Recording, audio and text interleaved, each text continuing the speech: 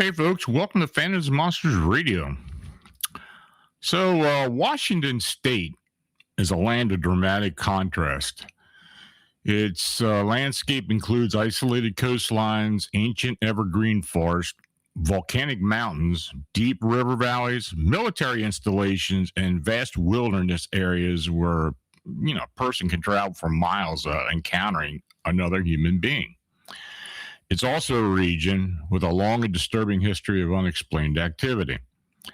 Now, witnesses have reported strange lights moving over mountains and forests, enormous unidentified creatures gliding silently through the night, translucent humanoids watching from the trees, upright canines stalking rural communities, and Sasquatch encounters that defy conventional explanation.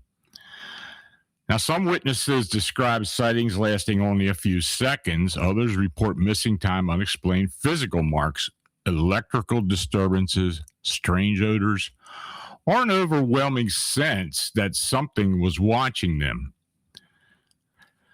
Now, tonight, we will examine 8 disturbing accounts from across Washington state. These reports involve UFOs, possible abduction phenomena, flying cryptids, cloaked humanoids, upright canines, Sasquatch, military secrecy, and just one disturbance that continues to haunt me personally.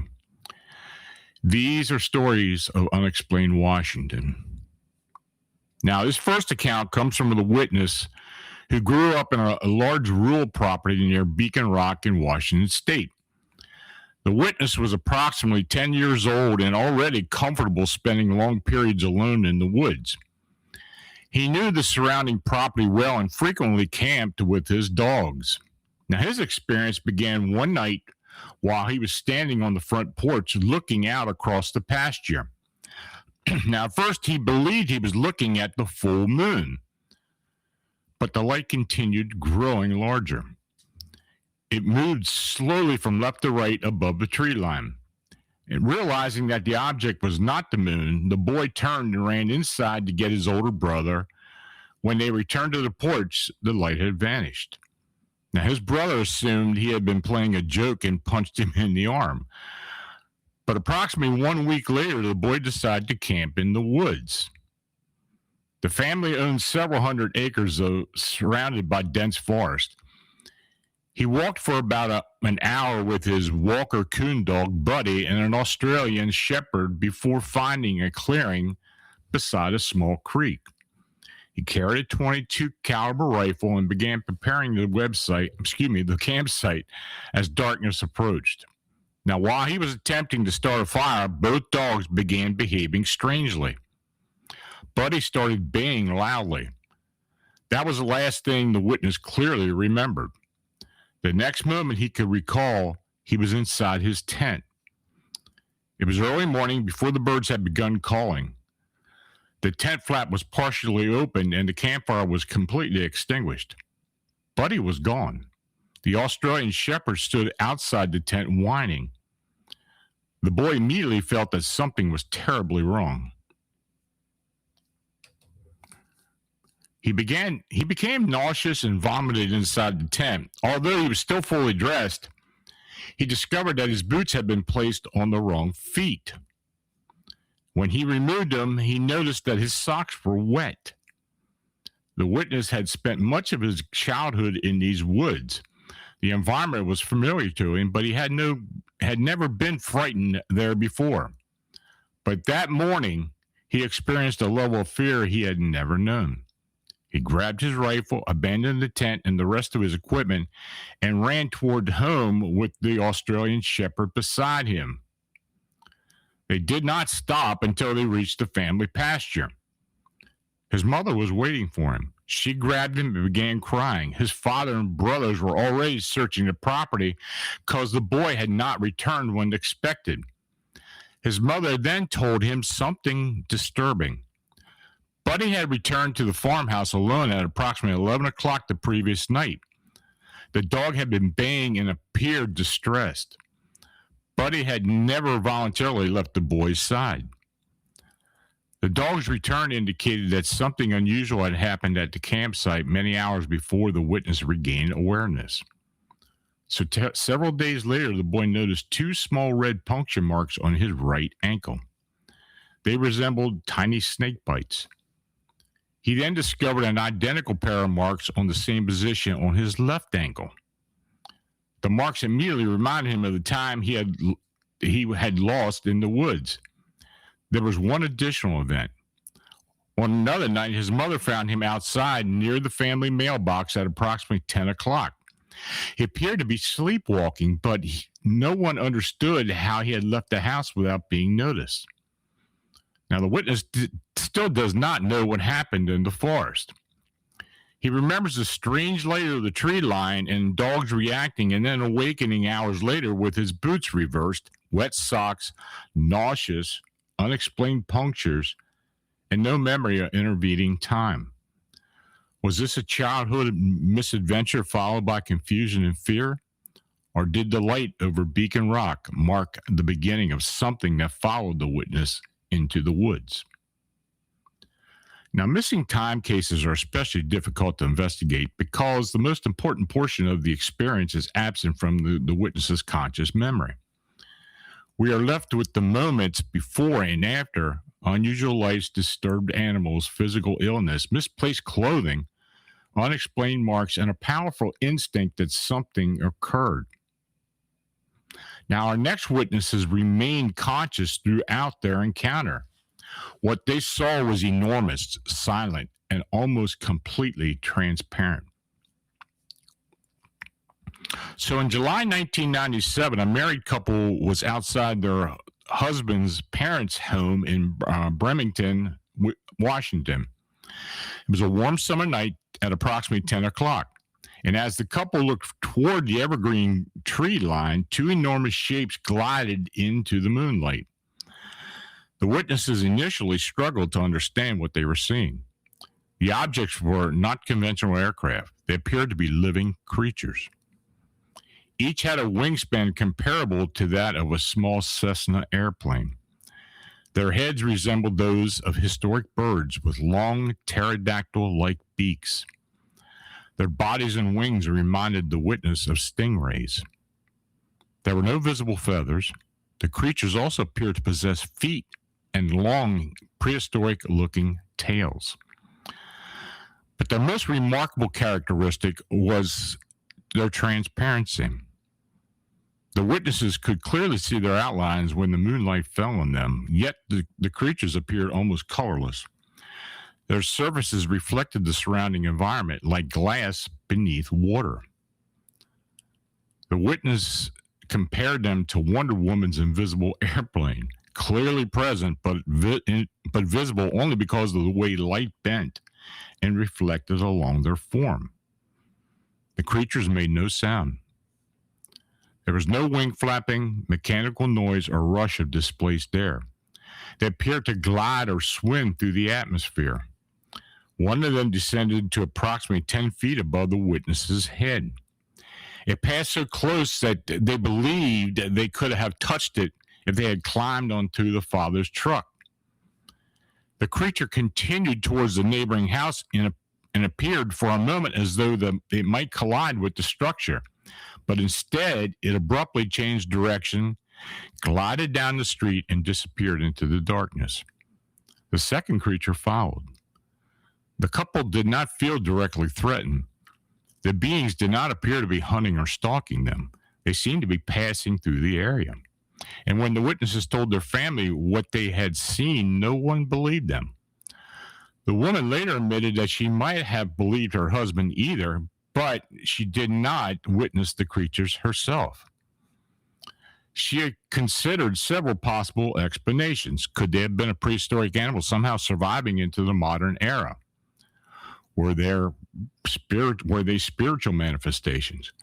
Could two separate realities or dimensions have briefly overlapped, allowing the witness to see something that normally existed beyond human perception?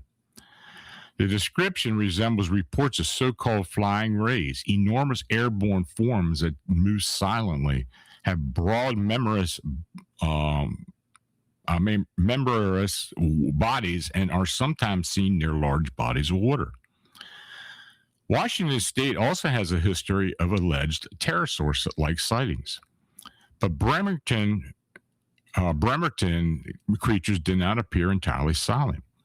Their transparency, silence, reflective surfaces, and proximity to the water suggest that the witnesses may have observed something more unusual than an undiscovered biological animal. Were these flesh and blood creatures possessing an extraordinary form of natural camouflage? Were they something cloaked? Or did the witnesses glimpse life moving through a neighboring reality? Now, the Bremerton witnesses described enormous creatures that seemed partially removed from physical world. But our next case contains a similar characteristics. The beings were humanoid rather than airborne, but they also appeared distorted, translucent, or incompletely visible. Unlike the creatures of Bremerton, these entities were encountered deep within Washington forest. Now, several friends were camping near Table Mountain in Washington State during December. The weather was cold, and the group had established a campsite near a river. Now, earlier that day, two members of the group had completed a difficult hike while the other two remained behind to gather firewood and prepare the camp.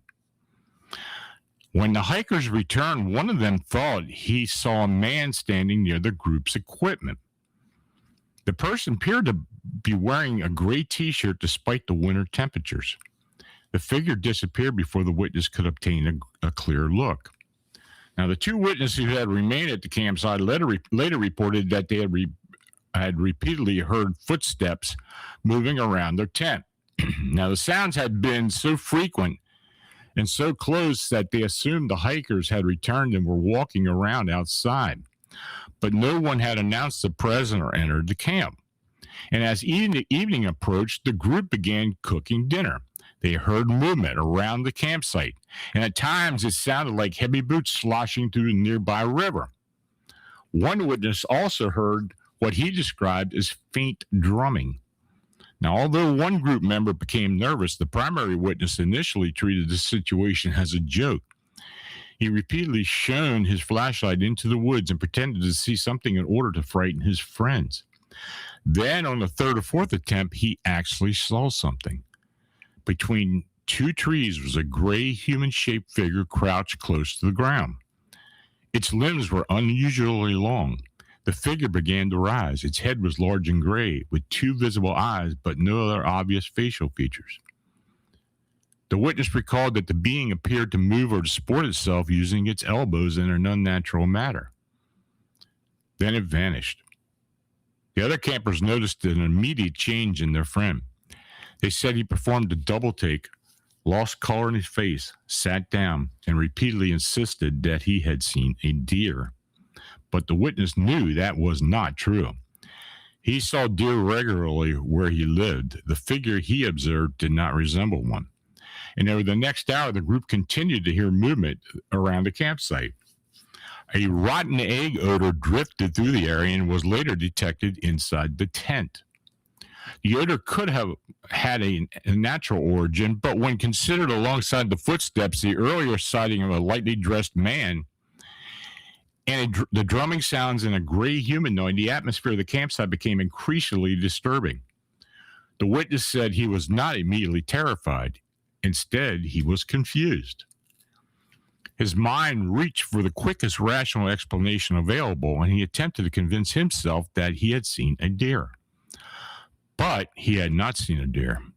He had seen a long-limbed, gray humanoid crouched between two trees. Now, the Table Mountain figure was visible only briefly before disappearing. Was it a physical being that escaped into the darkness, or did it possess some ability to conceal itself? Now, our next witness saw something that appeared to be present and absent simultaneously. Its outline was visible, but its body resembled rippling air. The emotional effect it produced was immediate and overwhelming. So, in early August 2016, a man named Ben was guarding a rural Washington property that he had become which had become a gathering place for trespassers, squatters, and drug users. Some of the individuals entering the property were known to be violent. Because of the risk, Ben carried a rifle while patrolling the heavily wooded grounds. So one evening, he experienced a sudden urge to stop beneath a large old cedar tree. He set down his rifle and day pack, leaned against the trunk, and closed his eyes. Almost immediately, Ben entered in an unusually peaceful state. The stress and tension associated with guarding the property just disappeared. He felt calm, centered, and completely safe. He later described the experience as almost zen-like. And after sitting beneath the tree for some time, Ben opened his eyes. He looked toward an alder grove to his right. Approximately 15 feet above the ground, he saw the outline of a humanoid figure. But the being did not appear solid. It resembled rippling air or a cloaking effect depicted in the Predator movies. Ben could distinguish the shapes of the head, neck, and shoulders, but the rest of the figure seemed to dissolve into distortion. It was as though only a portion of the being was visible within normal reality. The moment Ben focused on it, the peaceful atmosphere disappeared. A wave of dread overwhelmed him. This was not ordinary fear. The sensation struck at such a deep instinctive level that Ben became convinced any movement might provoke the entity. He remained frozen beneath the tree. Attempting to determine whether his vision was playing tricks on him, Ben removed his glasses, cleaned them on his shirt, and put them back on. The figure remained in exactly the same position. Ben then decided that he needed to leave. He silently counted backward from 5, and when he reached 0, he grabbed his rifle and equipment and ran toward home as quickly as possible. Nothing visibly pursued him. The entity did not appear near the house, but the encounter remained in his thoughts. A friend familiar with European folklore suggested that Ben may have encountered a forest wit or territorial guardian associated with the land. Others advised him to return with an offering. Ben avoided the cedar for several weeks, and then in September 2016, he returned to photograph the location and leave food and water. And as he approached the tree, the feeling of dread returned, though it was less intense than during the original encounter. He did not see the cloaked figure, but he strongly sensed that something was still present. Ben placed the offering on the ground. The atmosphere changed. He no longer felt threatened. He spoke aloud, explaining that he was only attempting to protect the property. He also firmly stated that nothing present on the land had permission to follow him home. Around the same period, Ben discovered a sharply defined L-shaped hole approximately 75 feet from the cedar. The opening did not resemble the work of a familiar burrowing animal, and during a later visit, he found 2 long gashes in the earth near the hole. Each was approximately 2 feet long and about the width of a human foot. The marks looked as though something had driven a heel or narrow edge into the soil and dragged it with considerable force. There is no way to determine whether ground disturbances were connected to the cloaked figure, but the combination of the visible distortion, the dramatic emotional shift, and repeated sensation of the presence and the unexplained marks suggested that Ben might have encountered something more substantial than a momentary visual illusion. Now, was the entity responsible for a strange sense of peace that drew him beneath the cedar? Was the dread a warning to leave? Was Ben observing a cloaked biological creature, an interdimensional presence, or something traditionally associated with the land itself? Now, Ben interrupted the presence as territorial rather than openly predatory. Once he stated his intentions and left an offering, the threatening atmosphere seemed to subside.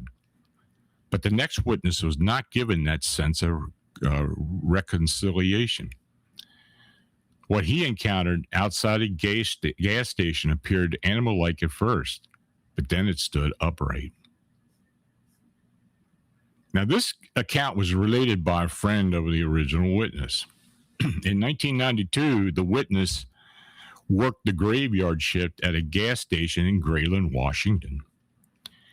He usually worked from 11 o'clock at night until 7 in the morning. Business was slow during those hours, and he passed the time watching television or reading magazines between customers. Now, the witness was of Native heritage and had grown up within the Pacific Northwest coastal community where traditional beliefs, ancestral stories, and the warnings about supernatural beings remained important. He was also an imposing man, standing approximately 6 feet 10 inches tall. And despite his appearance, his friends described him as a gentle and good natured. One night, a customer entered the station, paid for gasoline, cigarettes, and a drink, and returned to his vehicle. And as the witness looked through the window toward the customer's car, he noticed what appeared to be an enormous dog sitting near the edge of the woods. Powerful lights beneath the gas station canopy illuminated portions of the property, but created deep shadows beyond the pumps. Now, the witness attempted to focus on the animal, but then it was gone. He dismissed the sighting. Even if the animal had been a wolf, he would have been safely inside the station. Then several hours passed without another customer. The witness was preparing to refill condiments when he heard a loud thud from behind the building. The sound appeared to come from the area where the dumpsters were located.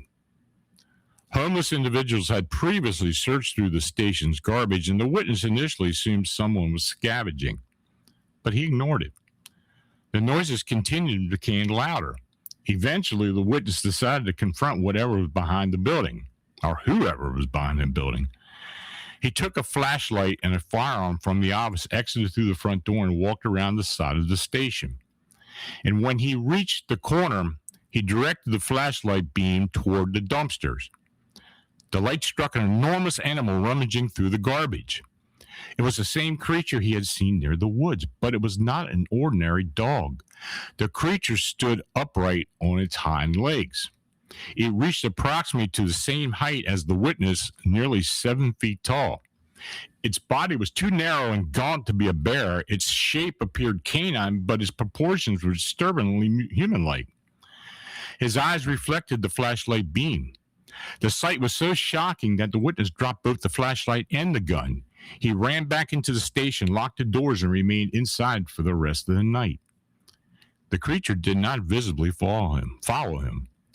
The witness resigned from the job the following day. He later became convinced that the creature had been a shape-shifting entity associated with Native traditions. Now, whether that interpretation was cultural or geographically accurate is impossible to determine. What remains important is that the witness description of a massive canine creature that first appeared on 4 legs and was later seen upright at nearly 7 feet tall was an unidentified bear, an unusually large wolf, an upright canine similar to creature reported throughout in North America. Or was it something rooted in traditional warnings the witness had heard throughout his life? Now, the Grayland witness encountered a creature that seemed to exist somewhere between human and the animal worlds. But our next report also involves an entity that resisted every classification. This time, however, the witness observed not one unexplained creature, but 2. What followed was a violent confrontation between Sasquatch and a translucent, reptilian-looking being in the woods near Kirkland. Now, a witness was hiking in the woods near Kirkland, Washington, when he noticed something unusual climbing a tree. Now, at first, he believed it was a giant white lizard. And as he continued watching, he realized that the creature was partially translucent. Its body appeared almost skeletal or exoskeletal, with the tail and several short, stubby appendages. The creature turned its head backward and looked directly at the witness. It made a snapping sound with its huge mouth. Its face possessed jagged bumps along the upper and lower edges. The witness could not determine whether these projections for teeth are part of the creature's facial structures. Then he heard a whooping noise coming from her surrounding forest. Something large came crashing through the brush. The translucent creature stopped climbing and turned its head toward the sound.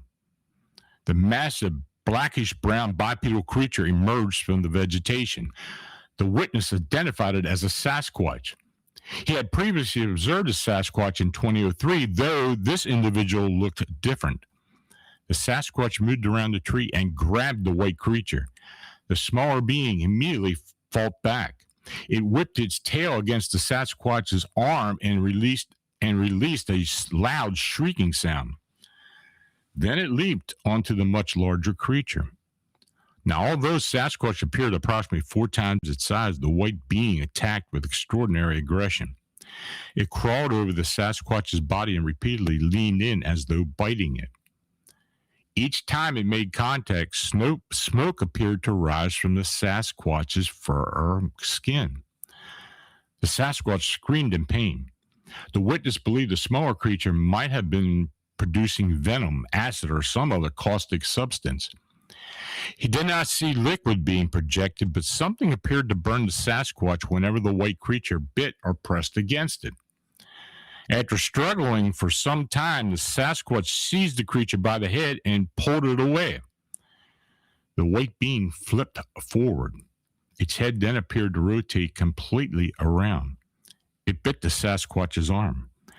The Sasquatch threw the creature against the tree and stuck it with tremendous force. Instead of being crushed, the white being flattened and spread across the trunk like a fried egg. The witness believed the creature had deliberately changed or elongated its shape to absorb the impact. Then it sprang toward another tree. The Sasquatch followed and attempted to strike it with a large stick. Now, eventually, the white creature fell from the tree and ran into the forest. Sasquatch pursued it.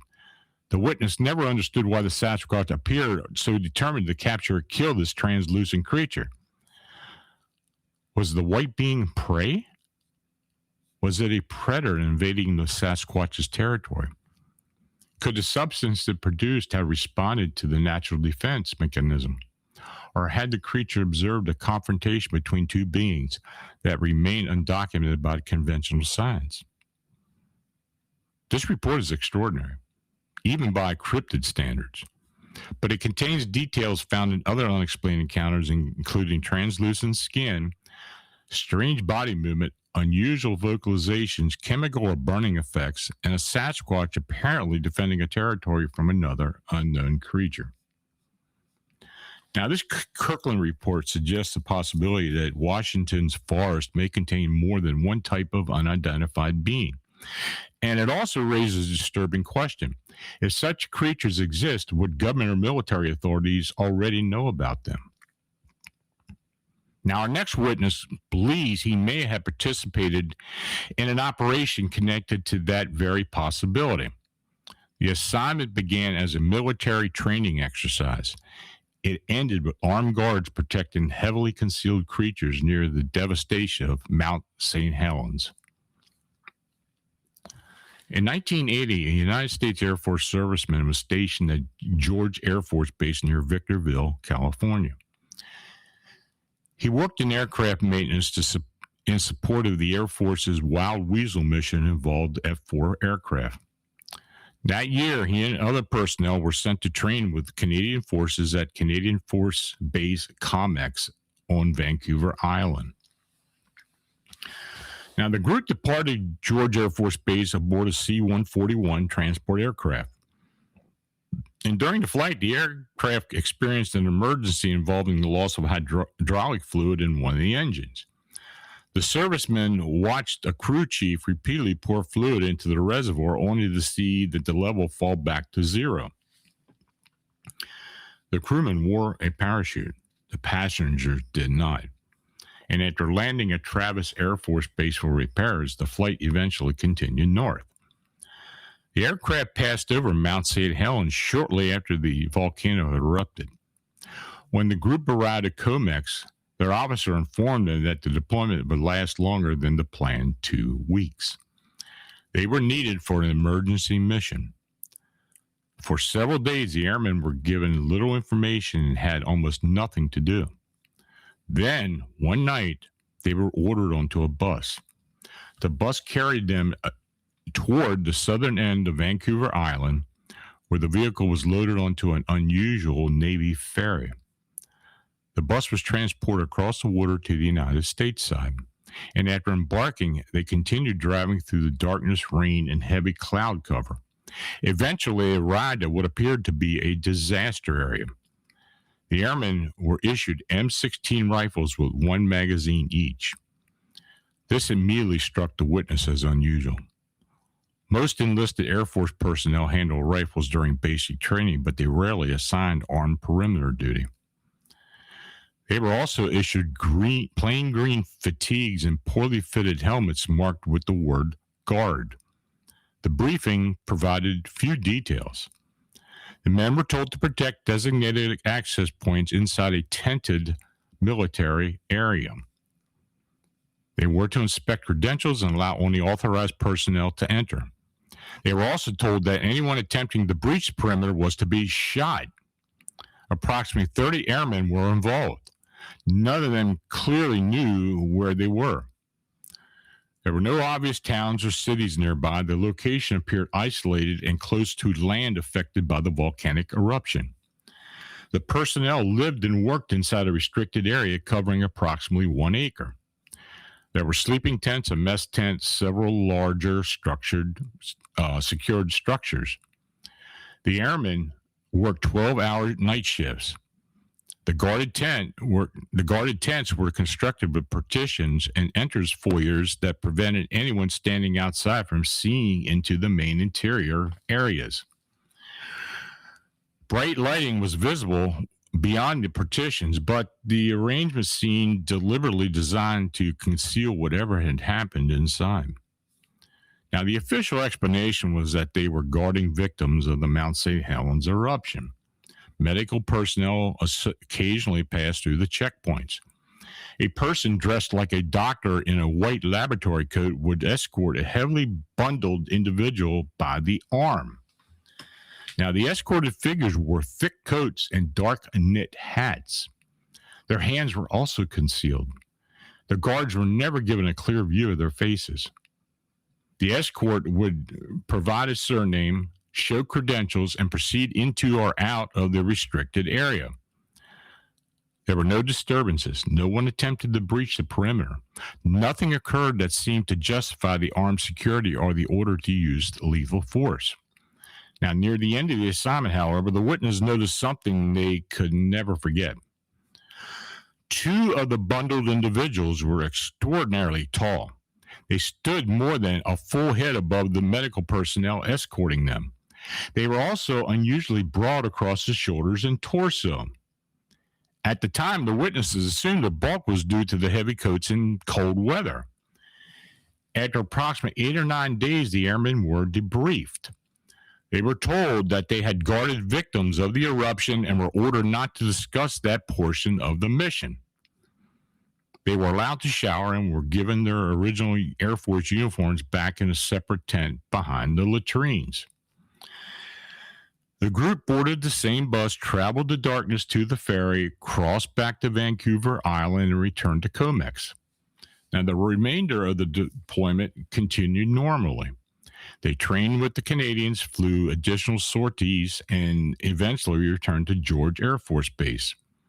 The witness did not seriously question the incident until years later when he began reading reports about Sasquatch activity associated with the Mount St. Helens eruption. He then began to wonder whether the extraordinarily tall and broad individuals had truly been victims of human disaster. Perhaps they were severely injured people whose identities and conditions required privacy. But if that was the case, why did Air Force maintenance specialists use Air Force maintenance specialists as armed guards? Why conceal the patient's face and hands? Why transport the guards secretly by bus and military ferry? Why issue orders to shoot anyone attempting to cross the perimeter?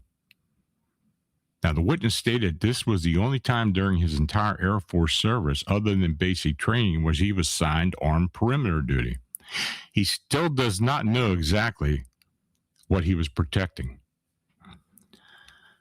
Now, the Mount St. Helens account involves secrecy, military authority, and concealed figures whose physical proportions just seem abnormal.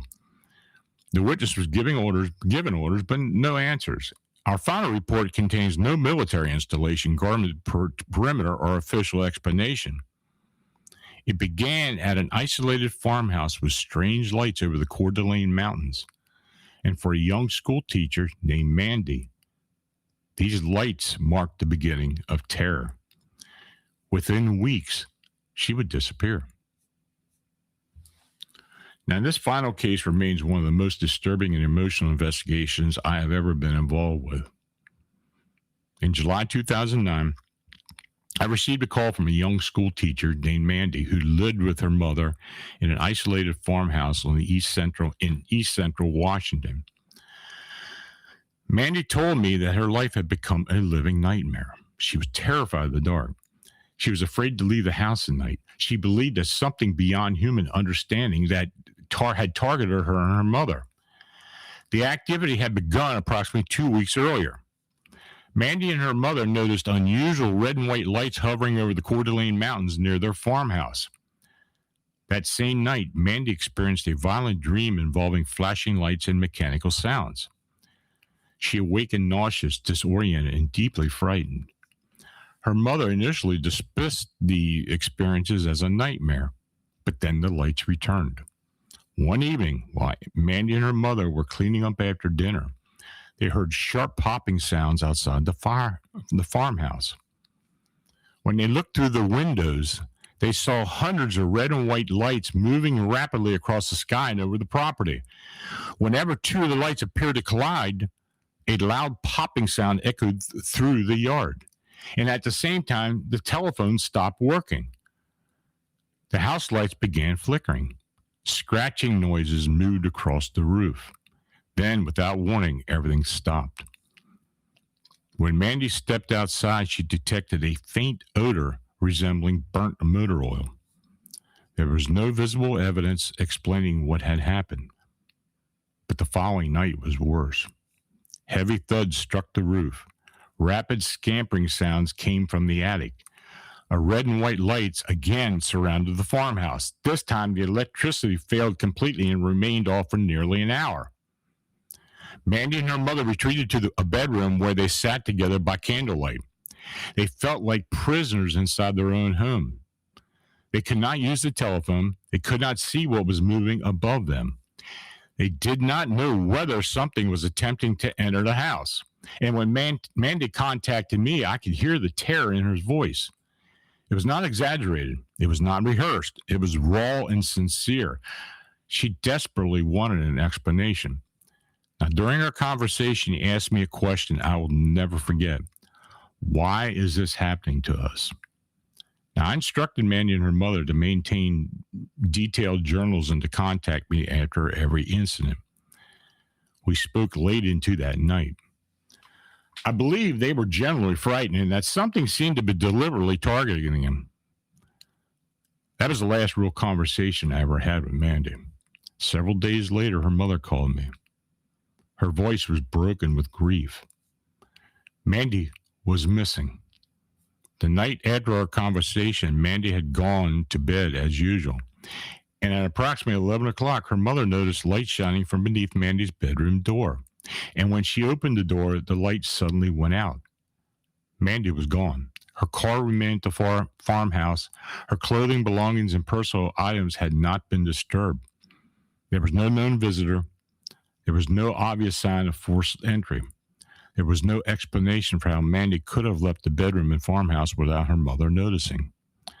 Police investigators reportedly considered the possibility she had left voluntarily and departed with someone during the night.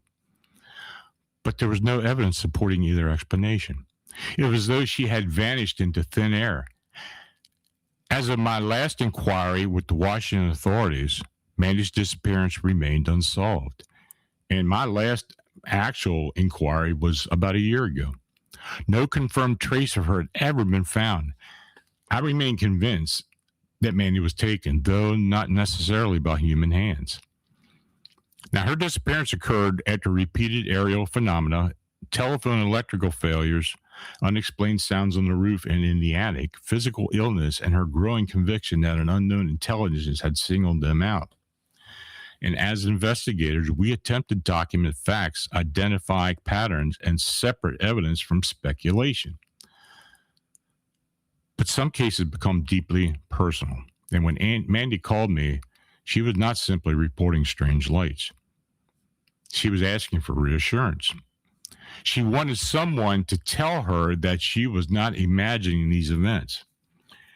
But more than anything, she wanted to believe that someone understood what was happening, could protect her. I couldn't give her that assurance. I often wonder whether Mandy knew that she was being targeted. Did she suspect that her time was running out? Her question still echoes in my mind. Why is this happening to us? Now, Mandy is more than a missing person in an unresolved file. She represents the human cost of encounters that exist beyond conventional explanations. Whatever occurred inside that isolated Washington farmhouse, a frightened young woman disappeared. The truth has never been uncovered. Mandy's disappearance remains one of the most disturbing and emotional cases that I personally have ever investigated. Now, the reports presented tonight come from different regions of Washington and involve very different forms of unexplained activity. A child near Beacon Rock saw an enormous light and later awakened in the forest after hours of missing time. A married couple in Bremerton watched two massive transparent creatures slide silently above their heads. Campers near Table Mountain hear footsteps, drumming, and movement before encountering a long-limbed gray humanoid.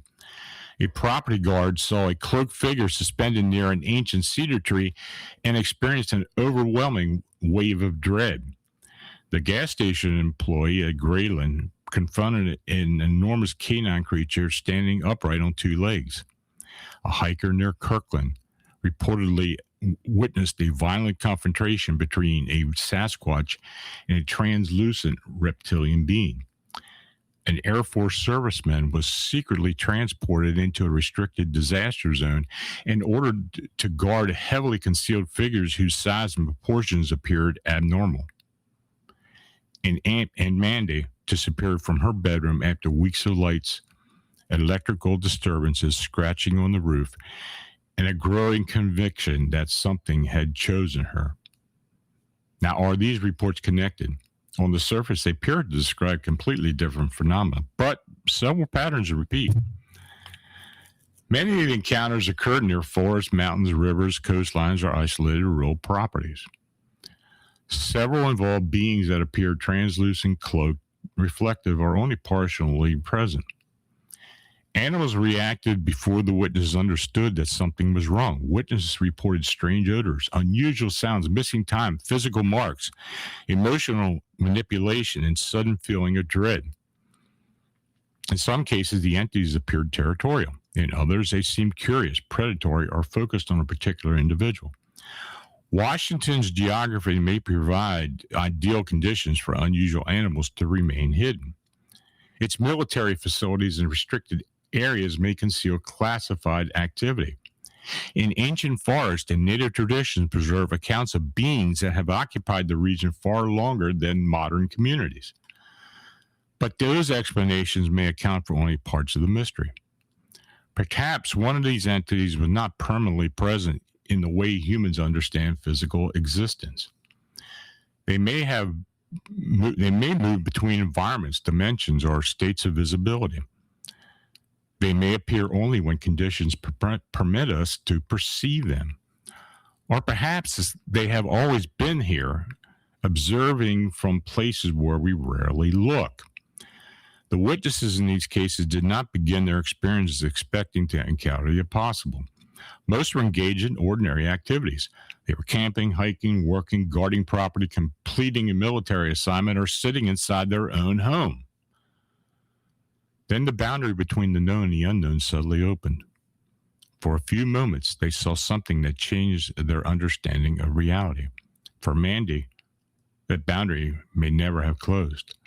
Her case is a reminder that behind every unexplained report is a human being. There's fear, there's confusion, there's often ridicule and isolation, and sometimes there's loss. Whether we interpret these counts as cryptid encounters, UFO activity, spiritual manifestations, undiscovered biological organisms, dimensional intrusions, or something we have not yet learned to define, the witnesses deserve to be heard. Their experiences deserve to be documented. The question they raise should not be ignored simply because the answers make us uncomfortable. Washington remains one of the most geographically beautiful and mysterious regions in North America.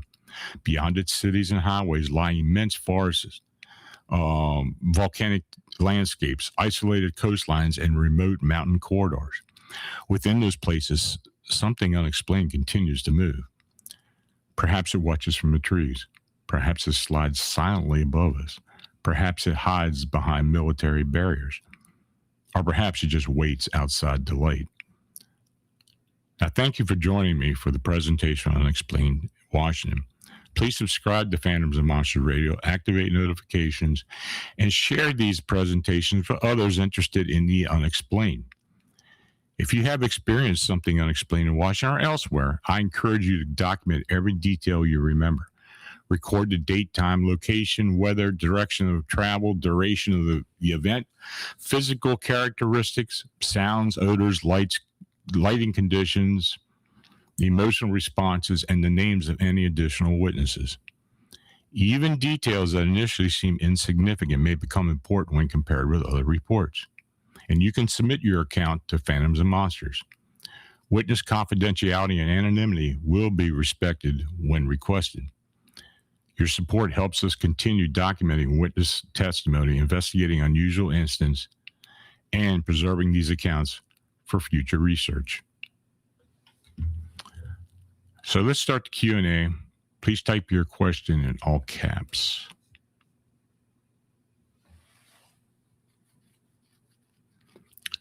Michelle, 54689. Do you think the cloaking of the figure initially had a hypnotic effect on the guard to make him more docile, like they possibly used for hunting to keep prey from running?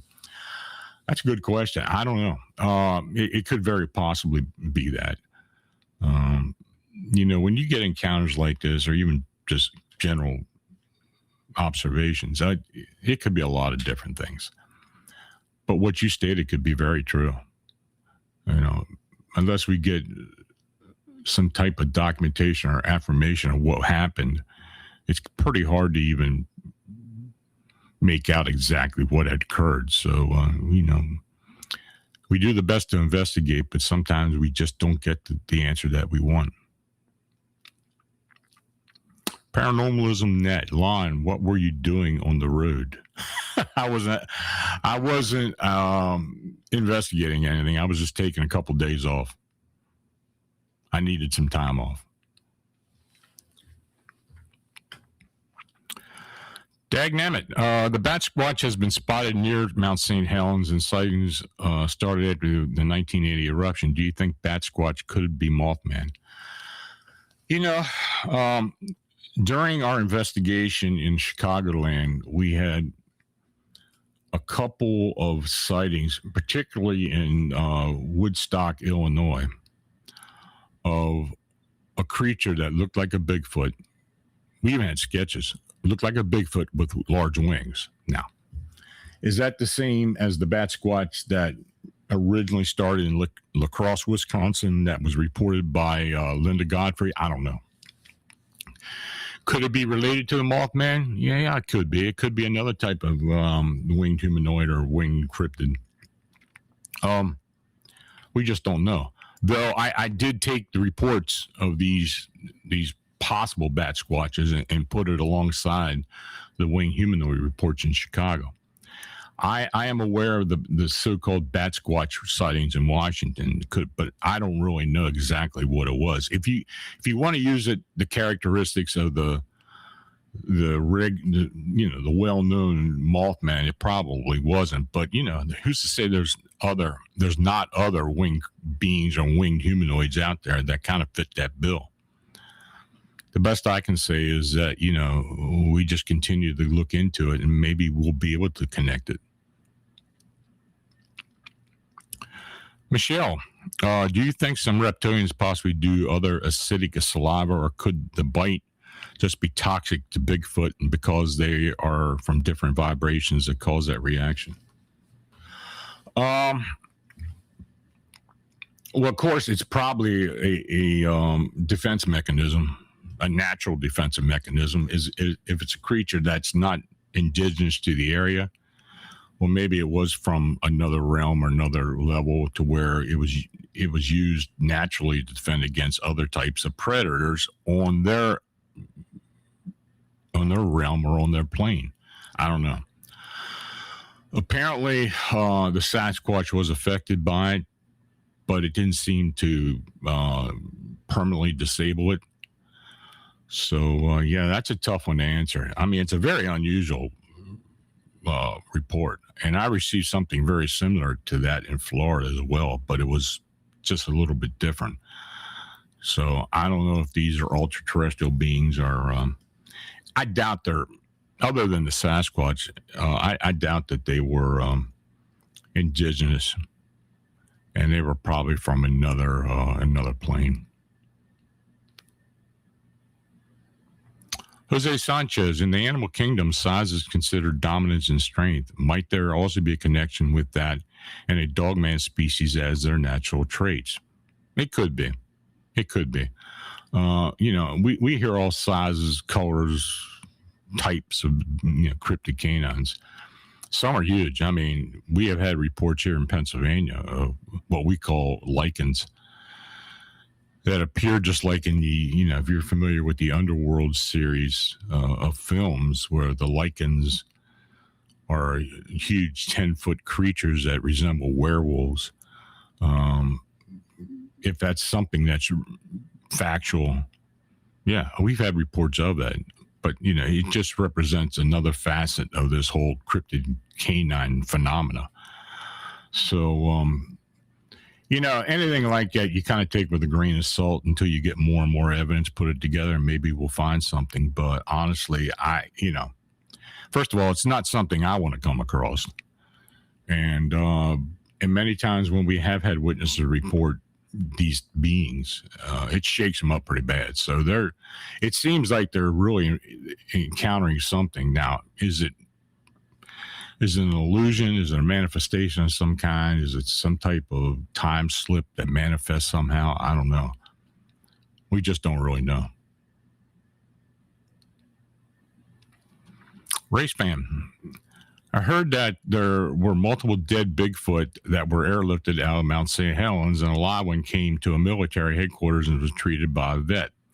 Yeah, that's a pretty well known story. That was that was similar to this event. And I'm pretty sure these were different events. I mean, though I don't really know that.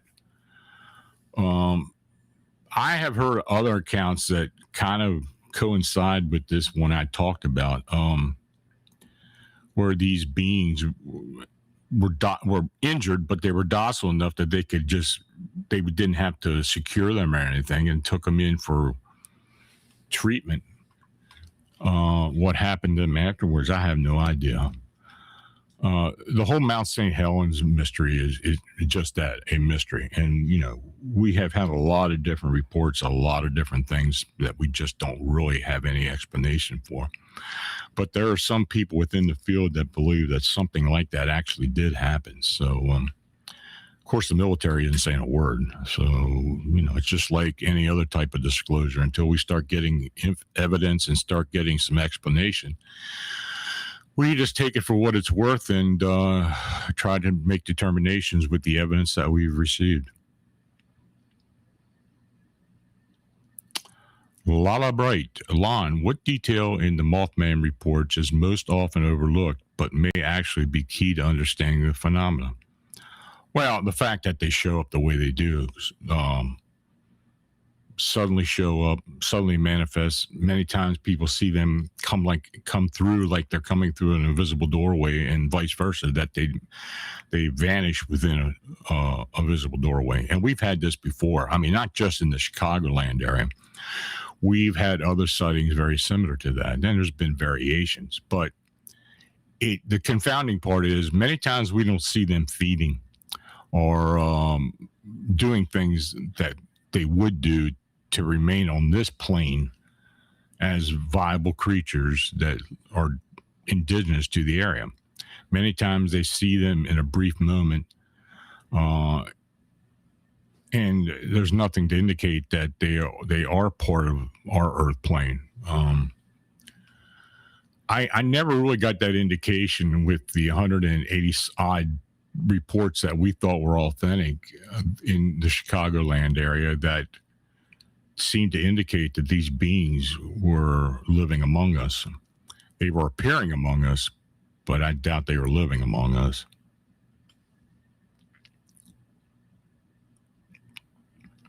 Lala Bright, Lon, what is the most frightening detail that consistently appears in Bigfoot reports but rarely gets discussed publicly?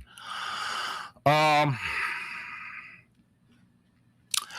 would say the fact that many times when a Bigfoot is in an area and they notice a human being looking at it, and they react like that they shouldn't be being seen. In other words, they react like this human is looking at me and it shouldn't be seeing me.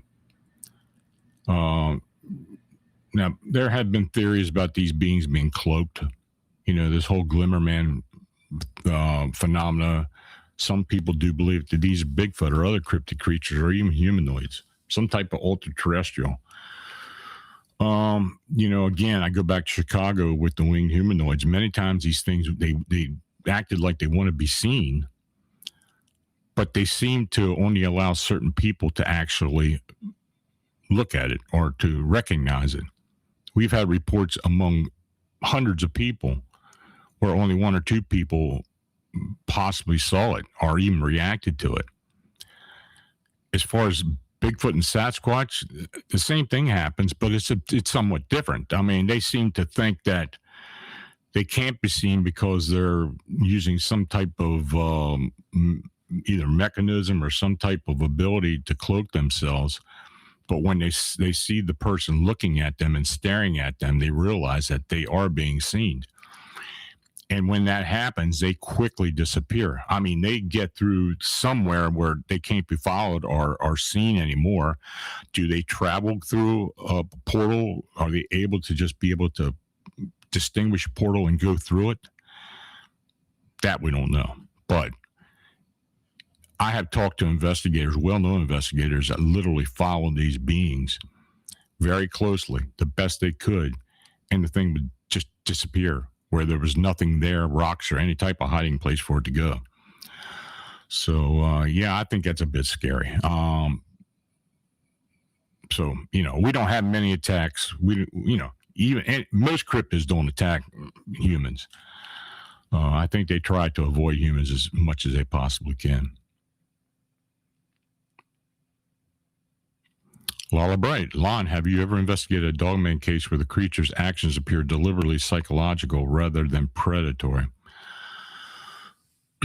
There have been cases where, let's say a hunter would walk up to one of these beings, not recognizing it, then all of a sudden just be able to see it standing there, holding its ground, and then communicating somehow with it, some type of abilities to let the human know to just back the hell up, lower the weapon, and get out of here. And we have had that happen, particularly in Pennsylvania, up in the north central part of the state. It happens in other parts as well, but yeah, it's very much like what a Sasquatch apparently does with the mind speak type of thing. So yeah, I don't think any of these beings are predatory. I think they come through somewhere from somehow or somewhere where they just pop in. I mean, we had people walking on trails, and one in particular in Pennsylvania, where one guy was walking his two dogs. He was out in the middle of a game land, and this cryptid canine, upright cryptid canine, just suddenly manifested and walked swiftly to the woods like there was nothing, there was nothing going on. He had no realization of anything around it. And the dogs are barking like crazy and acting up. It never acknowledged that. So, I mean, could this be a glimpse into another dimension? It's possible. But these type of encounters do happen.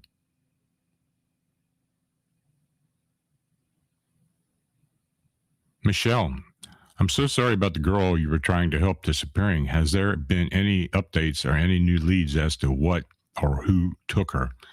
No, there had. And I've been checking. I mean, this happened, in 2009. So that's 17 years ago? It doesn't seem that long, but it's been that long. And I have checked. Now, the mother had died 3 years after the event. She probably died of a broken heart more than anything else. I had no indication that she was sick. But she continued to look for her daughter. And after the mother died, the property went into escrow, and eventually Mandy was declared deceased, and the property and any funds were distributed among family. But still, Washington State has no record of credit cards or sightings or anything associated with Mandy whatsoever. They're somewhat tight-lipped about it, especially as time has gone on. The file is still there. I've been told not to disclose the file number. For some reason, they don't want it getting out. I don't know. And I don't know if I'd even do it. I mean, out of respect for her and her mother, I don't think I'd ever disclose any of them.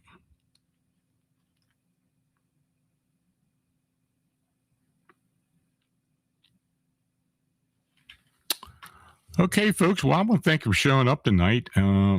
So until the next time, just remain observant, trust your instincts, and remember that the world around us may be far stranger than we've been led to believe. So until the next time we meet, stay aware, trust your instincts, and remember, sometimes the strangest places are just not that far away. So have a nice evening. Have a great weekend. See you next Friday. Good night.